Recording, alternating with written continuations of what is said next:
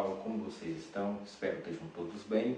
Estamos dando início à nossa aula do módulo 2, a nossa introdução à psicanálise, ao modelo de Freud e ao modelo de Jung. Na apostila de vocês vai estar com o título Sobre os olhos de Freud e sobre os olhos de Jung, sobre os olhos de Freud e Jung. Mas na verdade o tema inicial é a introdução da psicanálise. Eu encaminhei no grupo um vídeo resumindo a trajetória de Freud até o despertar para o pensamento da psicanálise. Hoje nós iremos explorar pontos importantes e relevantes que fizeram com que a psicanálise hoje tivesse um efeito tão positivo no tratamento de problemas psicológicos, de problemas emocionais. Ok, pessoal? Então vamos lá. Para iniciarmos nossa linha de pensamento, precisamos entender primeiro o que significa a palavra psicanálise. E como o próprio nome já sugere, o psique, vem do psique,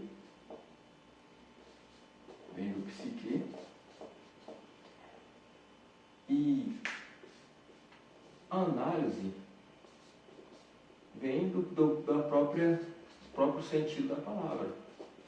Então, análise é o psique, ou análise da mente, dos pensamentos, da consciência, Então, análise da consciência.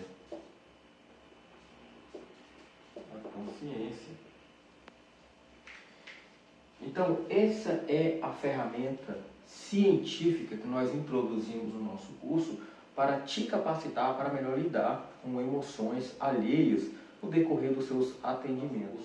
Ele tem o objetivo tanto de te capacitar para entender os seus próprios pensamentos e emoções, como também te dar o suporte para você dar o auxílio e dar o tratamento adequado. A associação hoje, a Associação dos Terapeutas Cristãos no Brasil, tem foco em formar profissionais para atender essa demanda que não para de crescer.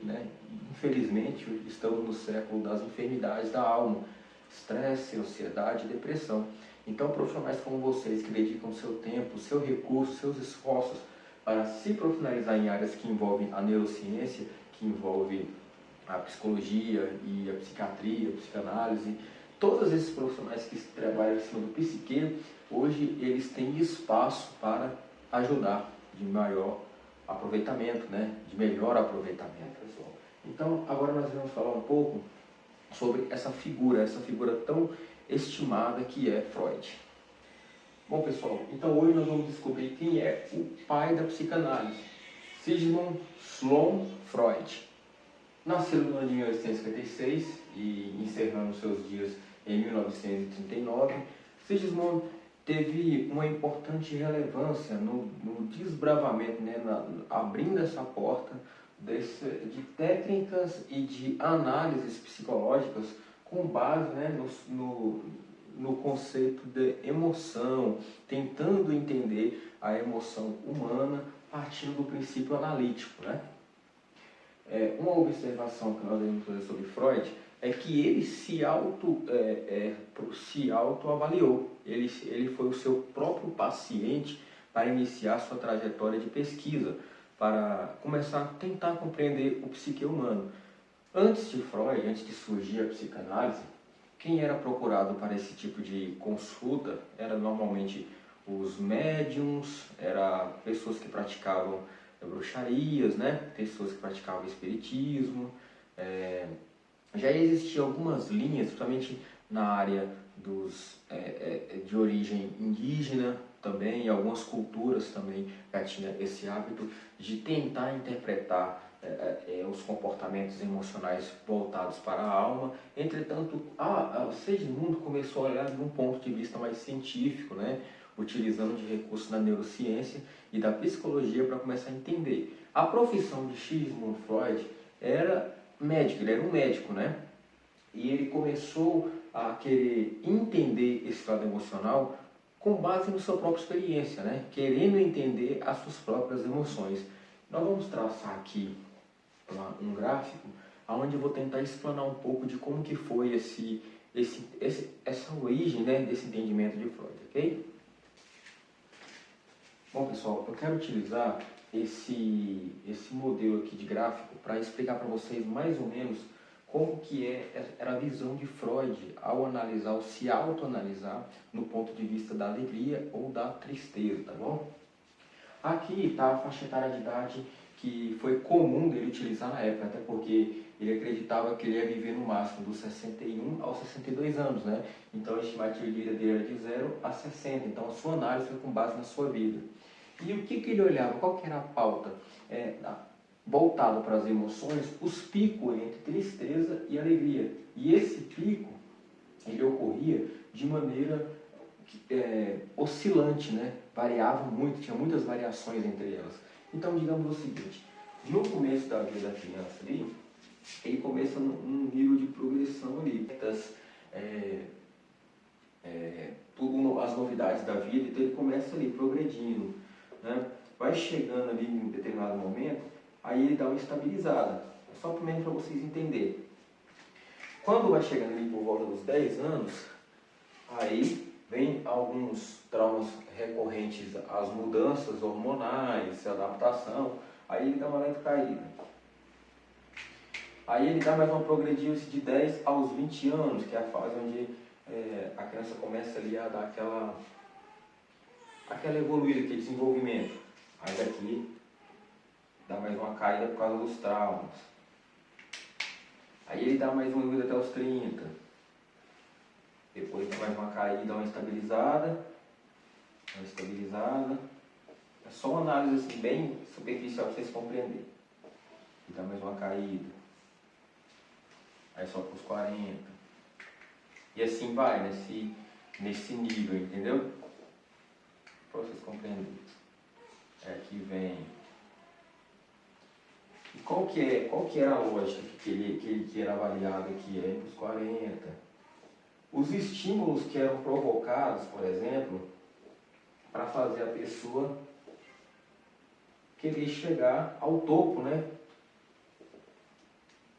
Querer chegar ao topo, por exemplo, da felicidade.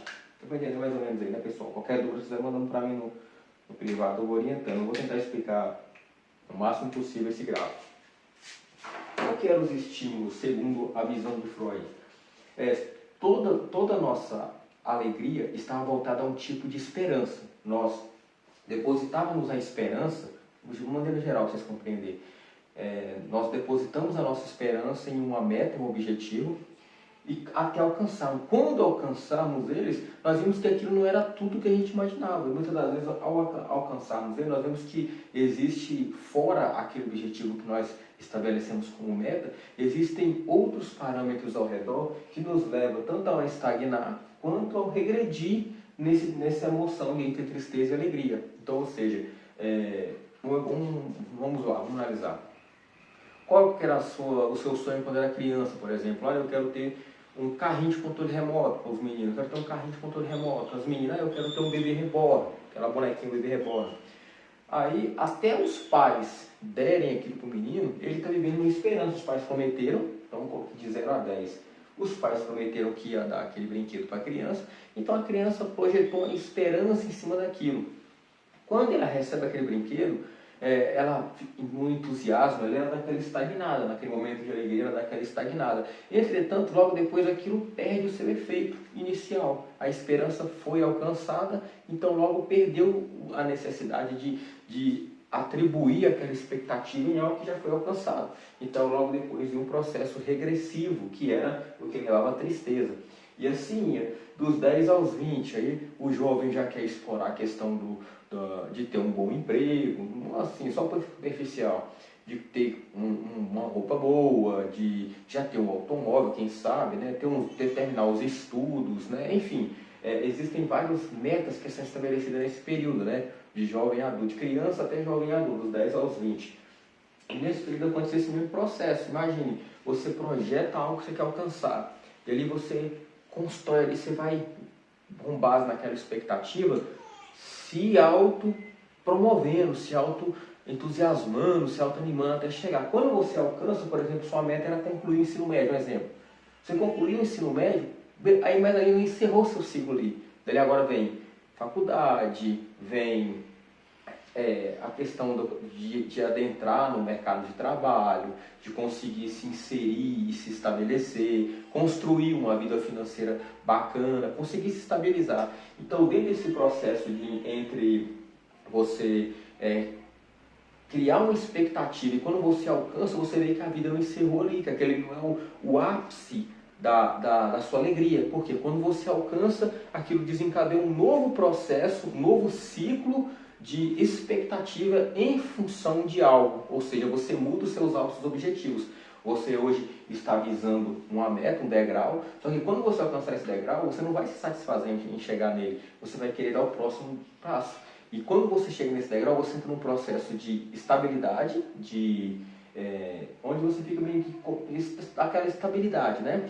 E depois você entra num processo regressivo. Por quê? Porque ali você mudou o seu objetivo e para alcançar o seu objetivo, você vai precisar se doar mais. Então, essa oscilação que ocorria entre os processos de tristeza e alegria fez com que Freud entendesse que nós passamos mais períodos da nossa vida tristes do que alegres.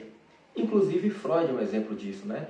Freud ele sofria de uma depressão muito profunda, de uma tristeza muito profunda, ele queria entender isso, ele queria saber lidar com isso.